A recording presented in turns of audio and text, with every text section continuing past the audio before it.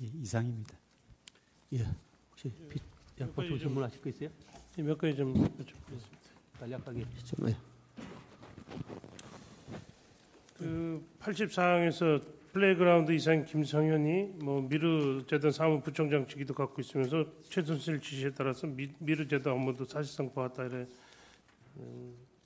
말씀하셨는데, 김성현은 그 당시 이성환이가 뇌경색으로 쓰러져 가지고 그 잠시 일 봐준 거에 불과하지 않나요? 그리고 김성현이는 그 자기 디자인 사업한다고 재단에 들어오라고 하는데 들어오지 않고 이랬던 거 아닙니까? 아닙니다. 그 처음에 시작은 그 뇌경색으로 이성환 씨가 이제 쓰러져서 시작은 했지만, 사실 그거보다 이제 전에 최순실 씨하고는 좀 알고 있었고, 그 다음에 실질적으로 이제 재단에, 그러니까 오히려 이제 플레이그라운드 업무를 많이 못 보고 재단 업무를 이제 많이 좀 보면서, 그 이한선 이사가 재단에서 이제 혼자 상임으로 일하다 보니까 뭐 실무적인 것들을 혼자서 그때 인원이 많이 뽑히지 않고 그래서 김성현 씨가 꽤 많이 도와줬습니다. 저기는 또 119항 관련해서 뭐 평소 최순실이 대통령의 보관하는 권력을 가진 것으로 알고 있었다. 맞아요?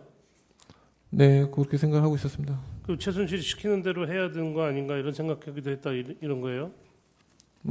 네, 그렇습니다. 그리고 최순실이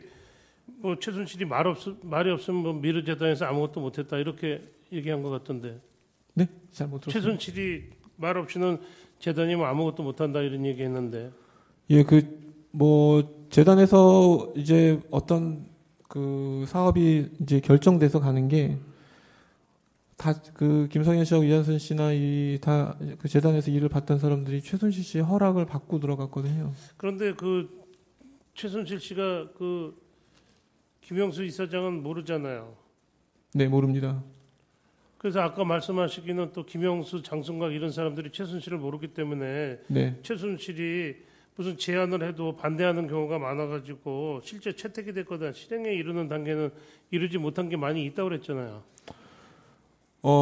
아니요. 그 최순실 씨가 제안을 한 사업을 이한선 이사가 갖고 가서 재단 이사회에서 보고를 하고요. 재단 이사회에서는 그 사업을 결정을 하는 게 아니라 이렇게 재단이 이런 사업을 한다라는 보고를 받고 거기서 뭐 각자 의견들을 내고 진행을 했습니다. 근데 오히려 이제 재단 이사회에서 제가 추천하지 않았던 이사진들 중에서 누가 그런 얘기를 했었습니다. 뭐 전통문화에 관련된 뭐 이런 뭐 것들도 좀 해야 되지 않느냐.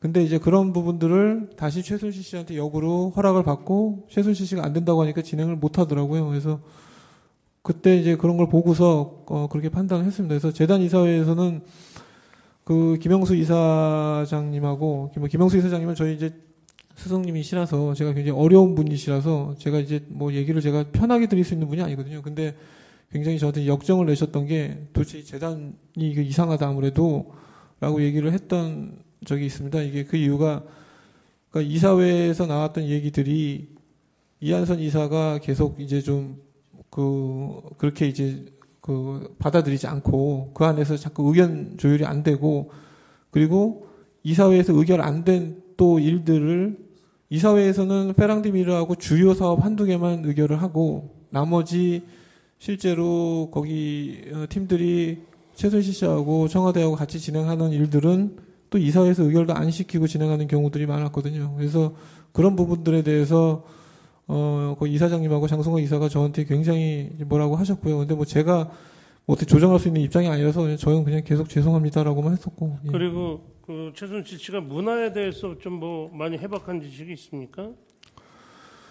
뭐 거의 이제 같은 이야기만, 이제 문화에 대해서는 한 가지 이야기만 계속 했습니다. 잘 모르죠. 네, 뭐 문화에 대해서 뭐 전반적으로 뭐 잘 이해하고 있다고 생각 안 합니다. 네, 그런데 최순실 씨 평소 성격이 어떻습니까? 이렇게 좀 독선적이고 좀 개성이 강하고 그러죠. 네, 좀 성격이 급하고, 네. 그리고 이제 뭐 얘기를 듣기보다는 얘기를 좀. 그렇다면은 최순실은 이사장도 모르고 자기 얘기하는 게 잘 안 되는 경우도 많고 문화에 대해서 잘 이해도 못하고 그러는데 최순실이가 뭐 자기 없으면 안 되는 것처럼 얘기하는 거는 좀 최순실이가 그냥 자기 어떤 존재감을 부각하려고 좀 이렇게 증인한테 좀 과장하고 그런 면이 있지 않을까요? 아닙니다. 그 저뿐만이 아니라 재단의 그 일을 봐줬던 이한선 이사나 김성현 씨나 이런 친구들이 이제 보통 이제 전반적인 재단 일을 봐줬는데, 그때 최순실 씨가 정해준 사업, 지금 재단에서 제가 기억하는 사업들이 최순실 씨가 크게 세 가지를 했었습니다. 뭐 한식 문화 이런 걸 위해서 페랑드미르를 했고, 근데 또 하나는 그 ODA 사업, 아프리카 관련된 ODA 사업을 했고, 또 세 번째는 최순실 씨가 계속 뭐 가끔 가다가 굉장히 진지하게 얘기한 게 2017년, 늦어도 2018년에는 통일이 될 거다. 그래서 그 통일 얘기를 하면서 중국 쪽 그 동북 삼성 지역에 뭐 문화교류 사업을 해야 된다라는 이야기를 그 세 가지를 집중적으로 얘기를 했고, 그 세 가지 외에 다른 아이템을 가지고서 재단에서 이야기를 최순실 씨한테 하면 쓸데없는 짓 하지 마라 라는 굉장히 강하게 그 단호하게 그 사업을 하지 말라고 그 김성현 씨나 다른 사람들한테 얘기를 했기 때문에 뭐 그쪽에서는 당연히 그러다 보니 최순실 씨한테 뭔가 새로운 거를 제안한다는 거를 생각도 안 하고 있었고요. 그리고 이제 이 세 가지 사업이 진행될 때 최순실 씨가 얘기를 하면 약속이 다 청와대로 잡혀서 이 실무자들이 청와대 들어가서 거기 뭐 담당 비서관들하고 회의를 하고 항상 나왔으니까 뭐 이 안에서 재단 내부에 있는 사람들이 뭔가 창의적으로 자신들이 생각을 해서 제안을 한다는 거는 어떤 뭐 그 힘의 구조를 봤을 때 그거는 생각하지 못하고 있었던 사실 상황이었습니다.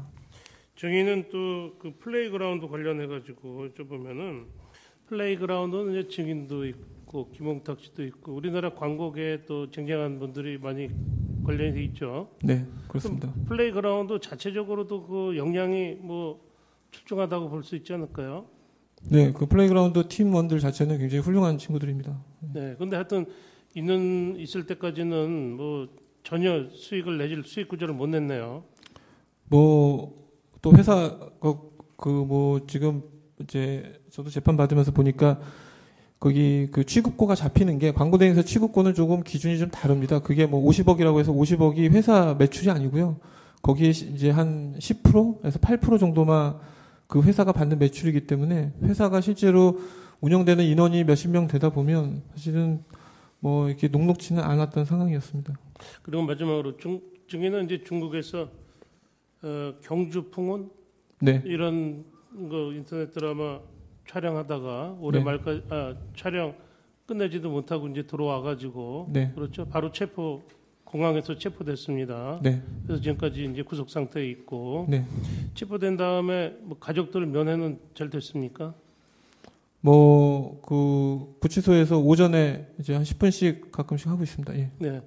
하여튼 그 중국에서 들어오자마자 체포돼가지고 지금 이제 뭐 암 수술도 하고 그런 상황인데, 어떻게 조사받는 과정에서는 자유롭게 뭐 하고 싶은 얘기 다 했습니까? 아니면 어떻게 조금 압박감을 많이 느끼고 좀 그랬습니까? 저는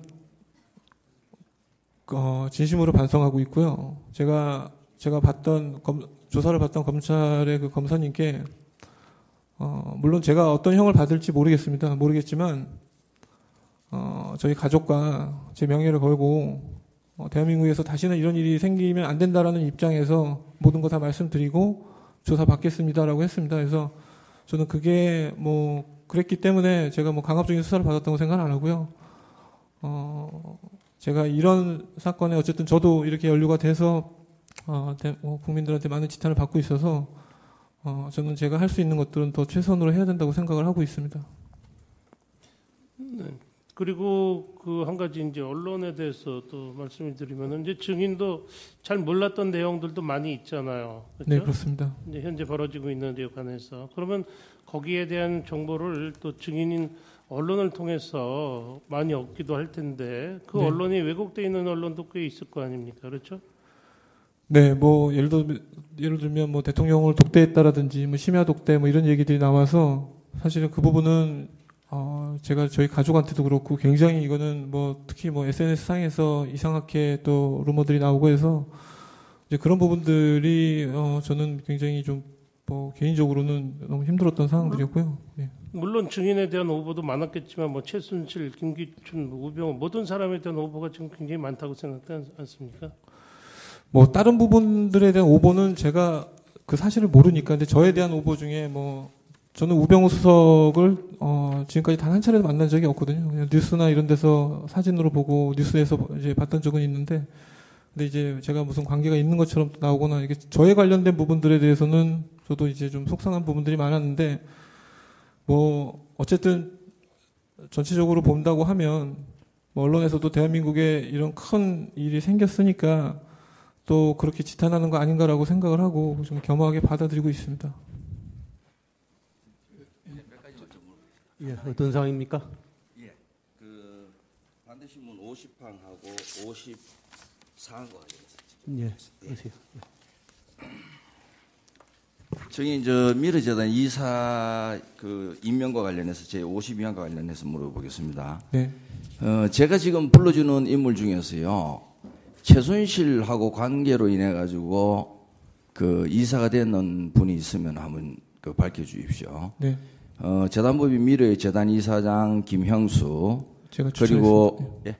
예, 제가 추천했습니다. 예, 아니 제가 다 불러볼게요. 아, 예, 예. 여기서 최순실 씨하고 관련으로 인해 가지고 아, 직접적으로요. 예, 예, 관련으로 알겠습니다. 인해 가지고 이사장이나 이사가 되는 사람 한번 밝혀주십시오. 김형수, 그다음에 이사로서 김영석, 그다음에 조희수, 그다음에 송혜진, 장순각, 그리고 감사인 최미옥, 그다음에 이사 이한선. 이제 누가 있습니까? 그 말씀하신 중에 제가 다 말씀드리겠습니다. 그 조희숙 분하고 최미옥 그리고 또 한 분 송 그 세 분은 제가 전혀 모르는 분이고요. 그래서 제가 그건 최순실 씨가 알고 있다고 제가 뭐 말씀드릴 수는 없을 것 같고 제가 모르기 때문에. 근데 이제 김영석 씨는 최순실 씨가 나오라고 해서 나간 자리에서 제가 소개를 받았습니다. 김영석 씨를. 그래서 앞으로 미르재단 이사로 그 일할 사람이니까 하면서 저한테 소개를 시켜줬었습니다. 그래서 그 자리에서 한번 인사를 한 적은 있습니다. 그 나머지 장순각 이사하고 김영수 이사장은 제가 추천을 한 사람인데 제가 그 두 분한테는 최순실 씨 얘기를 못했습니다. 그래서 사실 이번 사건이 나고 나서 굉장한 큰 원망을 저도 좀 들었고요. 이한선 이사는 제가 최순실 씨한테 소개를 시켜줬기 때문에 잘 알고 있고요. 예. 아니 제가 이사로 되는 과정에서 최순실과의 관계 때문에 이사가 되는 사람을 아는 정인을 알아가지고 최순실을 알게 됐다 그게 아니고요. 최순실이가 알아가지고 했는 사람이 있느냐고요. 최순실 씨가 먼저 저한테 얘기를 했던 걸 말씀하시는 건가요? 최순실이가 정인이 추천하기 이전부터 개인적으로 최순실이 어떤 친분 때문에 네. 예? 김영석 씨라고 알고 있습니다. 전. 김영석. 네. 김영석 씨가 그 한복 디자이너. 예, 이사되기 전부터 한복 디자이너로서 최순실과 알고 있었다는 이야기입니까? 얼마나 알고 있는지 모르겠지만 어쨌든 제가 김영석 씨를 최순실 씨한테 소개받았기 때문에 그렇게 생각하고 있습니다. 네, 알겠습니다. 그리고 하나 물어보겠습니다. 그 아까 전에 이야기할 때 그 이승환 씨가 그 재단의 업무를 다 한다는 이런 형식으로 이렇게 이야기를 하고 하셨는데요. 그 정관상에 재단의 예산과 사업에 관한 사항은 이사회 의결 사항으로 되어 있는 건 맞죠? 그 제가 정관을 모르기 때문에 모른다. 예. 알겠습니다. 하나만 더 물어보겠습니다. 이거는 좀 정이 좀 착각이 있는 것 같아서 물어보겠는데요. 56항 그 반대신문상에서 최순실은 미르재단의 운영에도 관여하였는데 예컨대 김홍탁에게 브랜드 부분을 맡기고 이한선에게 재단 사업 운영을, 김성현에게 최순실의 비서와 같은 일을 하면서 재단 전반의 일을 보게 하였죠. 이렇게 이야기를 하는데 예라고 하셨거든요. 네. 그런데 사실 김홍탁이라든가 김성현 이런 사람들은 그 플레이그라운드 일을 하는 사람들 아닙니까? 지금 정인이 아까 전에 김홍탁, 이한선, 김성현이 어떤 일을 봤다는 이건 플레이그라운드 이야기를 두고 한 것 아닙니까? 아닙니다. 그 재단에서 그 예를 들면 이제 그 조금 연계가 되어 있었습니다. 그러니까 재단에서 페랑디 미르 사업을 이제 페랑디 미르 사업이 최초에는 페랑디 미르 2대였습니다. 이화여대. 그 페랑디 미르 이화여대로 처음에 진행을 하면서 그 최순실 씨가 이름을 그렇게 세 개 붙여라. 페랑디 미르 이화여대로. 그래서 이화여대하고 여기서 셋이 같이 가자.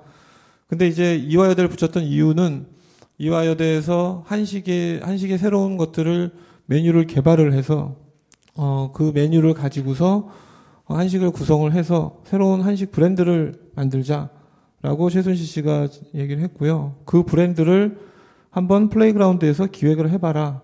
그러면 이제 플레이그라운드의 김홍탁 씨는 이제 다른 상황들은 모르고 본인이 이제 브랜드 전문가니까 그 한식 브랜드에 대해서 본인이 이제 기획서를 만들고 이제 그런 작업을 했던 거고요. 뭐 그거의 전체적인 진행을 김성현 씨가 했고 그 부분에서 재단 쪽 운영은 이한선 씨가 했고 그렇게 나눠져 있었습니다. 그럼 그 협업 관계라는 이야기입니까?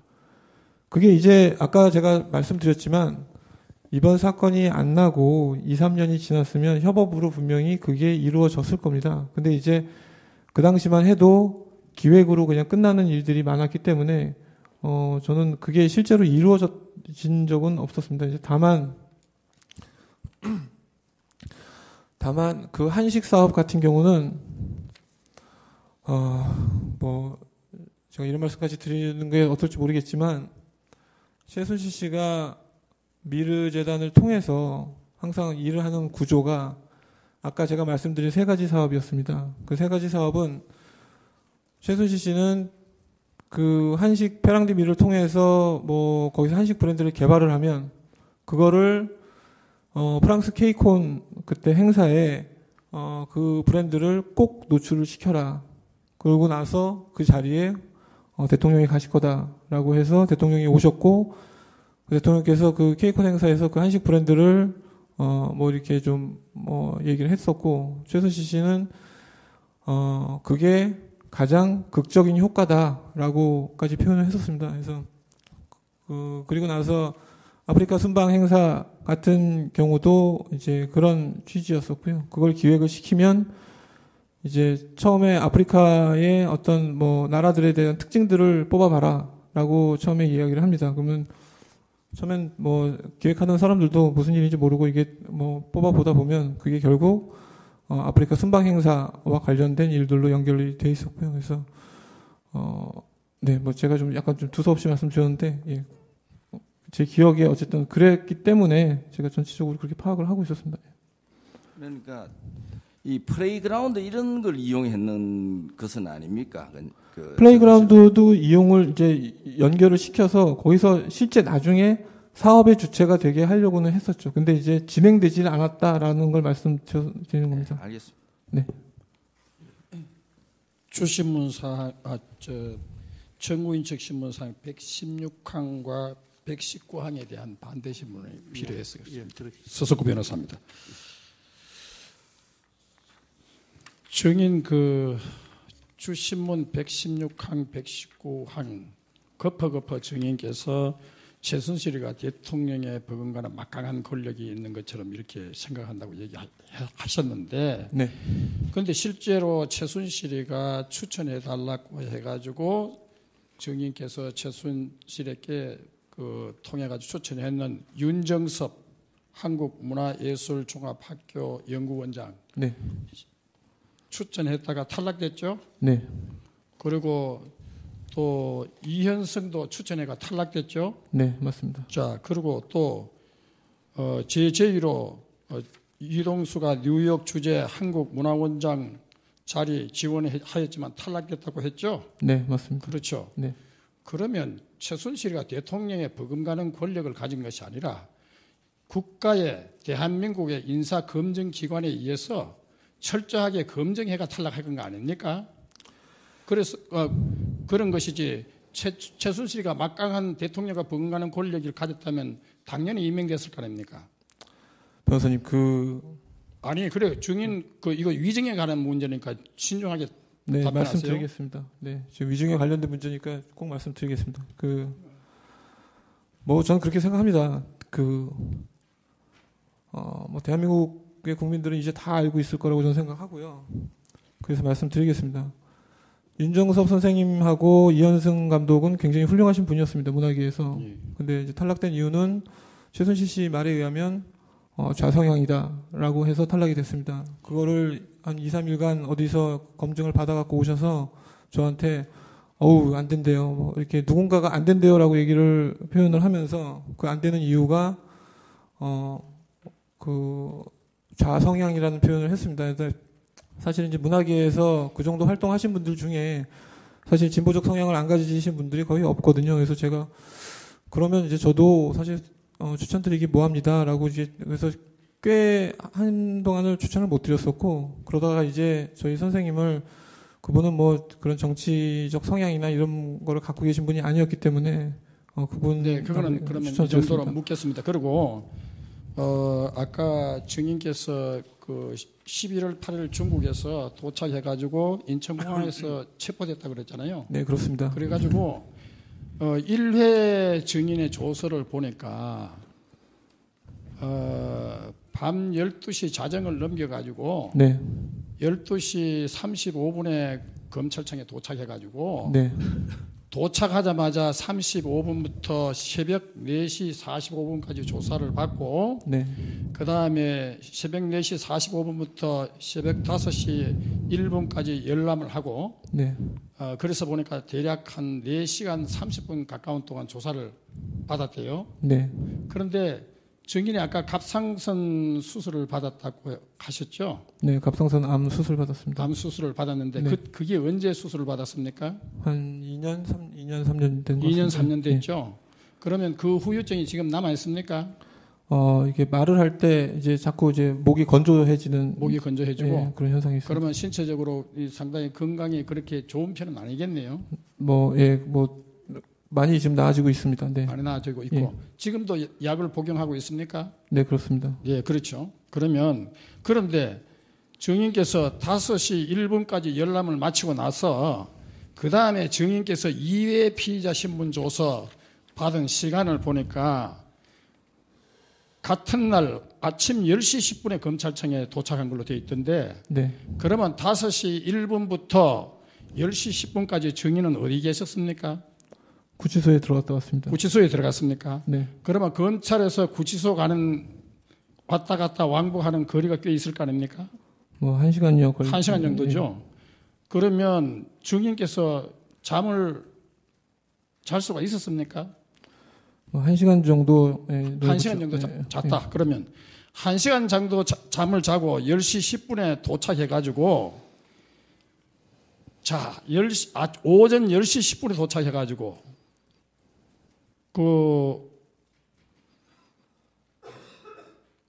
얼마나 조사받았습니까? 그날 또 자정을 넘겼습니까?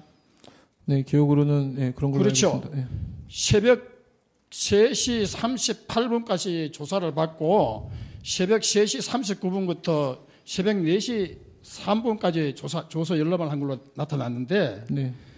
1시간 잠을 자고 이렇게 아까 4시간 반 조사하고 지금 18시간이나 또 그 이튿날 잠 1시간밖에 안 잤는데 조사를 했는데 네. 증인이 그 약을 먹고 복용하고 정말 체력적으로 너무너무 힘든 상황인데 최순실이도 여기 자기도 새벽 1시 35분에 조서 보락할 때 체력이 바닥이 나가지고 조서 볼 힘도 없었다고 얘기를 했는데 증인께서도 이렇게 1시간밖에 잠 안 자고 4시간 반 그리고 18시간 이렇게 엄청난 시간을 조사를 받았는데 증인이 거기서 심리적 협박이나 압박감을 느끼지 않았습니까? 물론 제가 조사를 받았던 내용이 예. 뭐 약간 뭐 기억이 희미해서 조금 틀린 내용이 있을 수도 있습니다. 근데 예. 변호사님 자, 저는 아까 이 말씀을 제가 꼭 드려야 되겠습니다. 저는 국내에 들어올 때 저희 가족이 저한테 분명히 그런 얘기를 했습니다. 그러니까 더 이상 수치스러워지지 않았으면 좋겠다라고 얘기를 했고 제가 그거에 대한 약속으로 검찰에서 어떻게든 저는 열심히 조사를 받겠다라고 저는 말씀을 드려서 제가 검사님하고도 약속을 했던 게 저는 힘들어도 상관없으니까. 자, 그러면 아까 증인께서 그거 비슷한 취지로 답변을 하셨으니까 제가 이것만 묻겠습니다. 증인이 신문 조서를 보니까 자, 3,734쪽 보면 언론 보도에 의하면 또 4,905쪽에 보면 언론 보도 내용을 보면 4,906쪽 언론 보도 내용처럼 4,911쪽 보면 언론 기사 내용을 보면 4,912쪽 언론 기사를 보면 요거는 비근한 사례를 들었습니다. 네. 증인이 하도 조서를 많이 받았기 때문에 제가 그냥 이 비근한 사례를 들었는데 결국은 검찰에서 조사받을 때도 이해 피의자 신문 조서부터 언론 보도부터 먼저 제시했습니다. 네. 그리고 뭐 그 중간중간 언론 보도를 많이 제시했는데 네. 제가 말하고 싶은 것은 증인이 중국에서 귀국했기 때문에 예. 지금 국내 상황을 잘 모르고 있었을 거 아닙니까? 예. 그렇죠. 그리고 언론 보도 내용을 보고 이래 물으니까 증인께서 네, 맞습니다. 그렇습니다. 이렇게 대답을 했는데 결국 증인은 이 언론 기사 내용이 사실인지 아닌지 증인이 충분히 확인할 기회는 없었지만은 아마 언론 기사가 이렇게 보도된 걸로 봐서 사실일 것이다. 이렇게 생각하고 네, 맞습니다. 그렇습니다. 이렇게 대답한 거 아닙니까? 제가 알고 기억했던 바에 한해서는 저는 아니, 그거 분명히 얘기했어요. 이거 그 언론 보도 내용이 사실인지 아닌지에 대해서 위증이 될 수 있으니까 확실하게 얘기했어요. 근데 지금 제가 어떤 언론 보도인지 지금 모르니까요. 모르니까 왜냐하면 시간 절약을 위해서 이 내용을 하락하면 증인이 검찰에서 그 언론 기사 내용을 상당히 긴 내용을 계속해서 예, 서 변호사님. 물었기 때문에 서 변호사님, 그 질문 취지를 알아듣죠, 지금? 예. 알아듣죠. 예, 증인이. 예. 그 명확하게 한번 입장만 얘기해 보세요. 네, 뭐 제가 몰랐던 부분에 대해서는 분명히 저도 저는 잘 모르는 내용이라고 분명히 말씀을 드렸었고요. 제가 기억나는 부분에 대해서는 저는 정확히 말씀드렸다고 생각하는데 제가 이런 검찰 조사 저도 처음 받아 보니까 사실은 뭐 처음에 조사받을 때 한 2, 3일은 굉장히 긴장하고 두려웠고 떨었던 건 사실입니다. 근데 저는 오히려 이제 검사께서 뭐 그렇게 저한테 이렇게 막 이렇게 강압적으로 말씀을 안 하셔서 나중에는 조금 더 편안한 자세에서 많은 기억을 떠올려서 조사를 받았었던 기억입니다. 예. 예, 철회 조사할 때 본인이 동의했습니까? 네, 동의했습니다. 네. 예, 알겠습니다. 예, 그럼 없으시죠? 하나만 주변에 하나만 좀. 예, 그러세요. 지금 이제 저쪽에 그 얘기 나와서 그러는데 이제 윤정섭 씨하고 뭐 그 사람들을 추천을 했는데 그 사람들이 뭐라고 그러면서 안 된다고 그랬다고요? 약간 좌성향이라고. 근데 증인도 아까 그 신문하기 전에 말씀하셨지만은 증인도 좀 진보적인 문학의 인사로 평가를 받는 사람이잖아요. 네, 그렇죠? 뭐 증인도 좀 진보적인 입장인데, 근데 왜 증인은 이렇게 뭐 여러 가지 본부장도 되고 단장도 되고 이렇게 됐다고 생각을 할까요? 제가 뭐 그 진보적 성향을 갖고 있다고 해서 정치적인 뭐 활동을 했던 건 아니고 단지 그냥 제가 생각하는 진보적 성향이었다고 하는 건 뭐 국민이라면 누구나 다 화낼 수 있었던, 분노할 수 있었던 뭐 세월호 사건이라든지 이럴 때 저도 분노해서 글을 올렸었고 이제 그런 것들 때문에 제가 이제 뭐 좀 진보적 성향이다라는 이야기를 좀 들었던 거였고요. 제가 뭐 어딘가에 두드러지게 나서서 뭐 5.18 광주 묘역 참배했던 거는 뭐 그건 거기 들리면 당연히 참배해야 되는 거니까 했었고, 근데 이제 윤정섭 선생님이나 이현승 감독 같은 경우에는 이제 좀 수면에 드러나는 이제 그런 어떤 큰 전시나 영화 뭐 이런 부분들에서 아마 좀 뭐가 좀 그렇게 보였던 부분이 있었던 것 같습니다. 그러니까 정부 입장에서 볼 때는 또 정부하고 이렇게 소통하면서 일을 잘할 수 있는 분을 선택하려고 그러지 않을까요? 그렇다고 보면은 아무래도 그런 분보다는 다른 분이 좀 정부하고 소통도 잘 하고 또 협조도 잘 되고 이런 측면에서 그런 분을 선택한 거라는 생각이 들고, 뭐 좌성향이라는 물을 게 아니신 것 것은 같아요. 그 부분은. 하나 물어보겠습니다. 좌성향이라는 것은 어떤 그건 주관적인 평가인데 소통이 잘 안 된다. 정부하고 소통이 좀 잘 되기 어려운 사람인데 이런 취지의 얘기라고 봐야 되지 않을까요? 그냥 뭐 저는 그냥 들은 대로만 말씀드린 거고 제가 그 뒤에 뭐 어떤 검증을 걸쳤는지 제가 전혀 알 수가 없었으니까요. 그리고 그게 제가 처음 인사 추천을 하라고 해서 처음 했던 거라서 그냥 또 그런가 보다. 사실은 제가 뭐 그런 부분에서 무지했기 때문에 잘 몰랐었습니다. 예. 사실 이제 됐어요. 그만하세요. 이제 됐습니다. 예, 재받은 신문에서 나온 거 한 개만 사실 확인하겠습니다. 아까 최순실 씨가 이제 여러 개 얘기했던 것 중에서 나름 신념을 갖고 확실하게 얘기했다고 하는 게 2017년에서 2018년 통일이 될 것이다라고 하면서 그 준비 얘기를 했다고 하는데 네. 그 얘기는 언제쯤 처음 들었던 것 같고 왜 그렇게 얘기를 했다고 얘기한 게 있나요?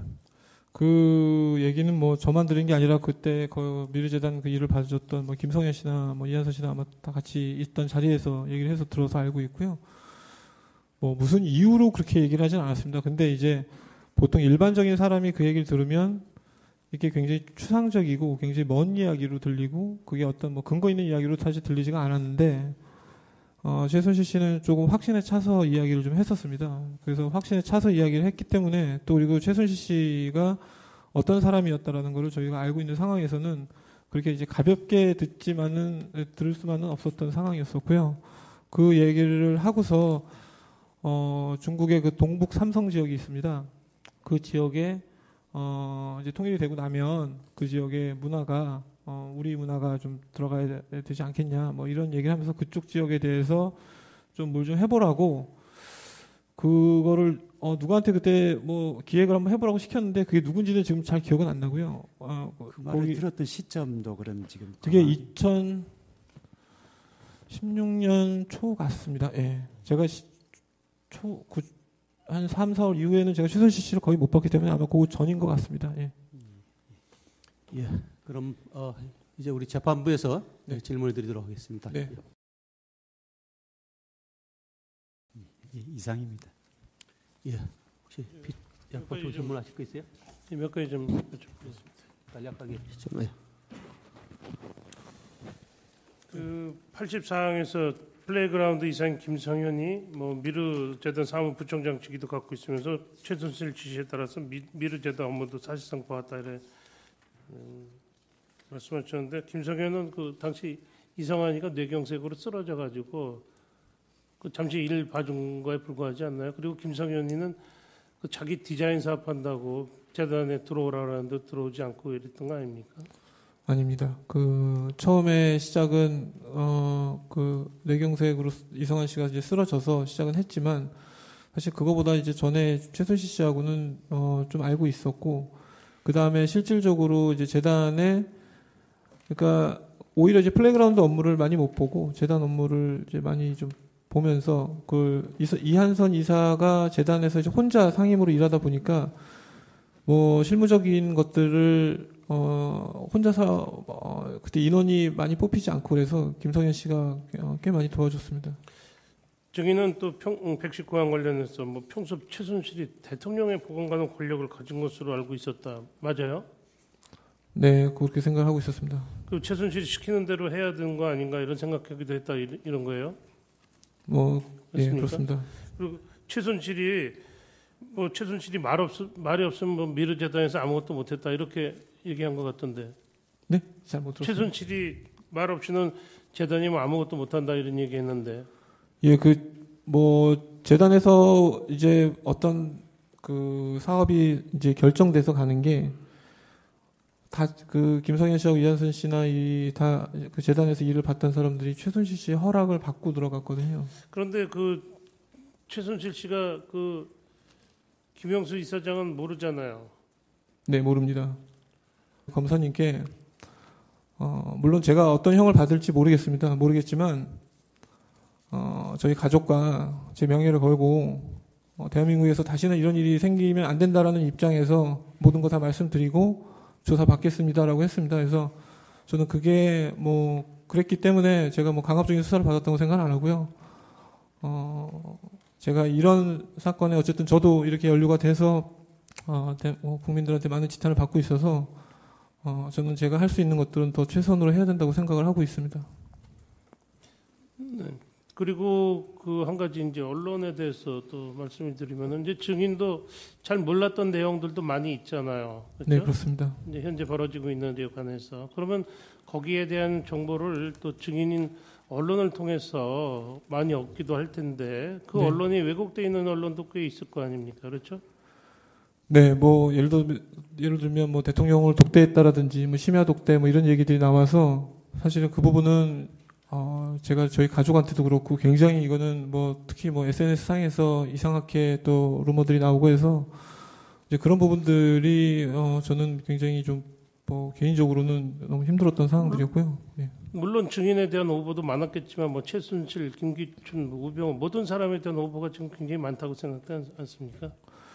뭐 다른 부분들에 대한 오보는 제가 그 사실을 모르니까. 근데 저에 대한 오보 중에 뭐 저는 우병우 수석을 지금까지 단 한 차례도 만난 적이 없거든요. 그냥 뉴스나 이런 데서 사진으로 보고 뉴스에서 이제 봤던 적은 있는데, 근데 이제 제가 무슨 관계가 있는 것처럼 나오거나 이게 저에 관련된 부분들에 대해서는 저도 이제 좀 속상한 부분들이 많았는데, 뭐 어쨌든 전체적으로 본다고 하면 뭐 언론에서도 대한민국에 이런 큰 일이 생겼으니까 또 그렇게 지탄하는 거 아닌가라고 생각을 하고 좀 겸허하게 받아들이고 있습니다.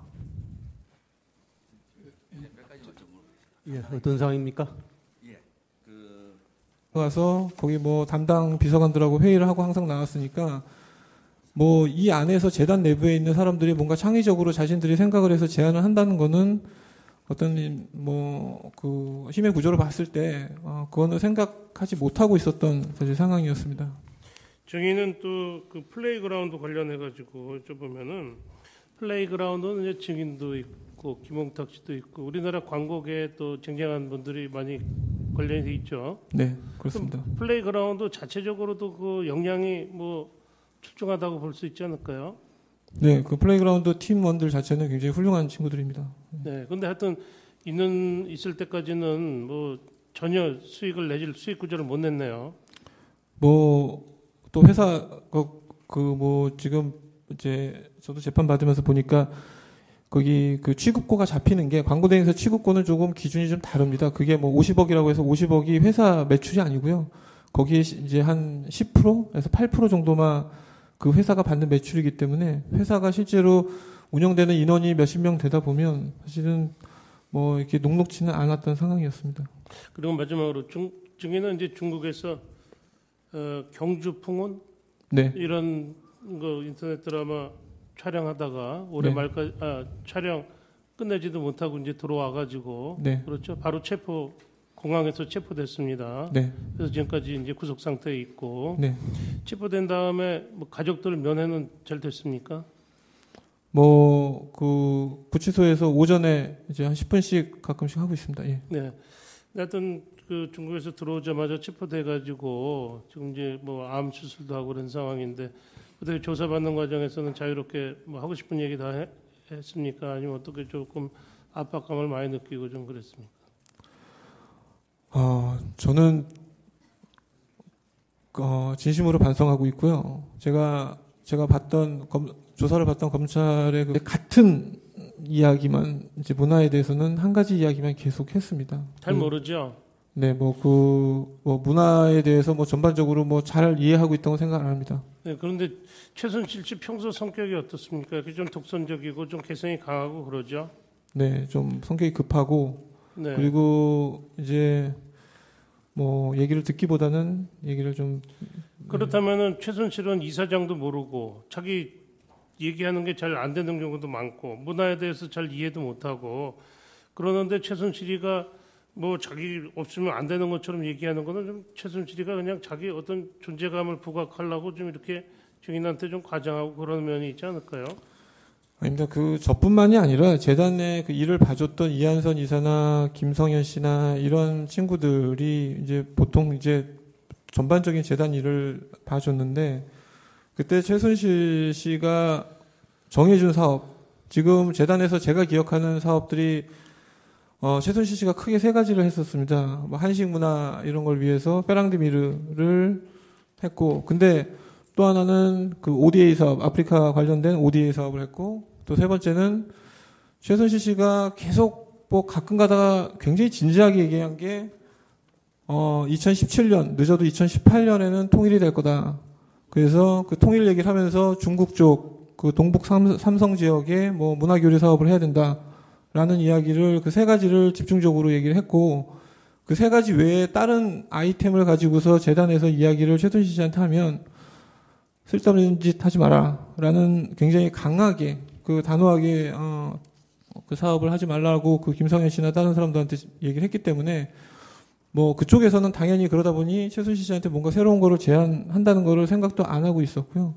그리고 이제 이 세 가지 사업이 진행될 때 최순실 씨가 얘기를 하면 약속이 다 청와대로 잡혀서 이 실무자들이 청와대 들어. 그래서 아까 말씀하시기는 또 김영수, 장순각 이런 사람들이 최순실을 모르기 때문에 네. 최순실이 무슨 제안을 해도 반대하는 경우가 많아가지고 실제 채택이 됐거나 실행에 이르는 단계는 이르지 못한 게 많이 있다고 그랬잖아요.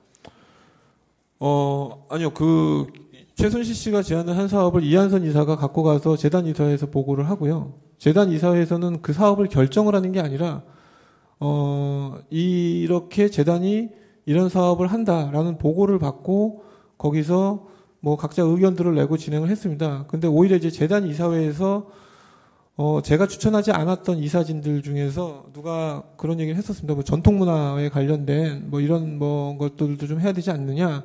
근데 이제 그런 부분들을 다시 최순실 씨한테 역으로 허락을 받고 최순실 씨가 안 된다고 하니까 진행을 못 하더라고요. 그래서 그때 이제 그런 걸 보고서 그렇게 판단을 했습니다. 그래서 재단 이사회에서는 그 김영수 이사장님하고 김영수 이사장님은 저희 이제 스승님이시라서 제가 굉장히 어려운 분이시라서 제가 이제 뭐 얘기를 제가 편하게 드릴 수 있는 분이 아니거든요. 근데 굉장히 저한테 역정을 내셨던 게 도대체 이 재단이 이게 이상하다 아무래도 라고 얘기를 했던 적이 있습니다. 이게 그 이유가 그러니까 이사회에서 나왔던 얘기들이 이한선 이사가 계속 이제 좀 그렇게 이제 받아들이지 않고 그 안에서 자꾸 의견 조율이 안 되고 그리고 이사회에서 의결 안 된 또 일들을 이사회에서는 페랑디미르하고 주요 사업 한두 개만 의결을 하고 나머지 실제로 거기 팀들이 최순실 씨하고 청와대하고 같이 진행하는 일들은 또 이사회에서 의결도 안 시키고 진행하는 경우들이 많았거든요. 그래서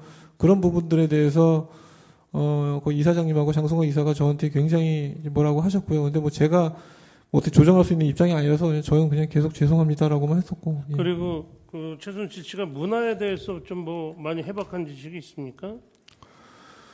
뭐 거의